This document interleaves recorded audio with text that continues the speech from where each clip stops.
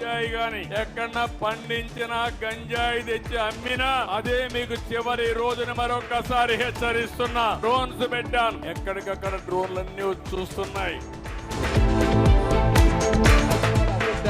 రాజకీయం చేస్తున్నటువంటి వ్యక్తి ఈ ఎన్డీఏ కూటమి వచ్చిన తర్వాత అతని చీకటి ప్రపంచం ప్రజలు తెలిసి రాజకీయ జీవితం సమాప్తయింది. అయినా కూడా ఈ రోజు కూడా అతను బుద్ధి తెచ్చుకోవాలి.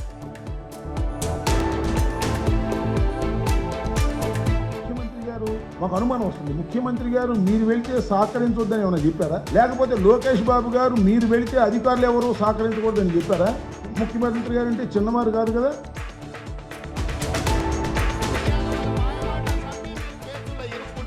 ఎప్పుడు వస్తుందో తెలియదు, మన కుటుంబాలు నేను ఎప్పుడు కలుసుకుంటామో తెలియదు.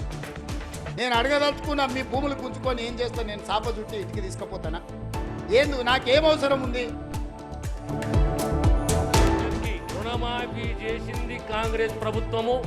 ఇంకా ఏదున్నా సంపూర్ణంగా రుణమాఫీ చేసే సత్తా, మాట నిలబెట్టుకునే ధైర్యము, సత్తా కాంగ్రెస్ ప్రభుత్వానికి ఉన్నది.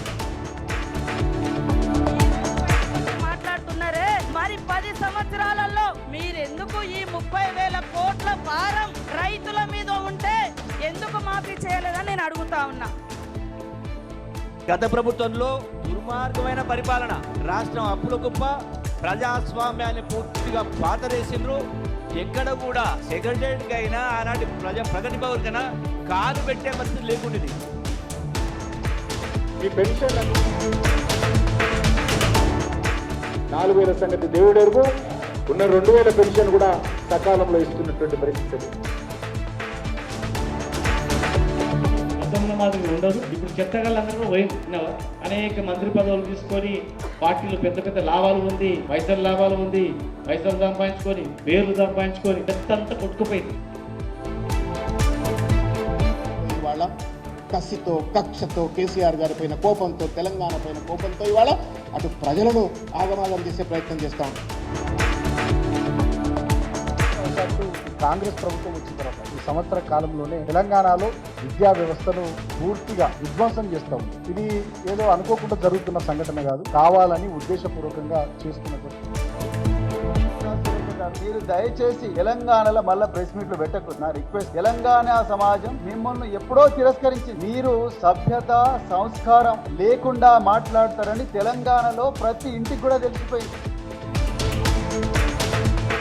మీరు చిన్న దొర పెద్ద దొర కుట్రలో భాగస్వాములు కాకండి. ప్రజల్లో మీ మీద కాస్త కూస్తో గౌరవం ఉంది, వాళ్ళతో కలిసిన రోజే ఆ గౌరవం పోయింది. మీరు ఈ కుట్రలో భాగస్వాములు అయితే మీ మీద ఉన్న గౌరవం కూడా పోతుంది.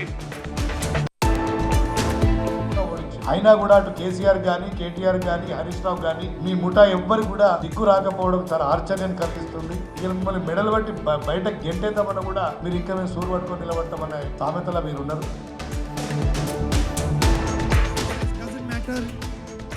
If Adani has been indicted in the United States, has been called a criminal in the United States, in India, we will not indict him.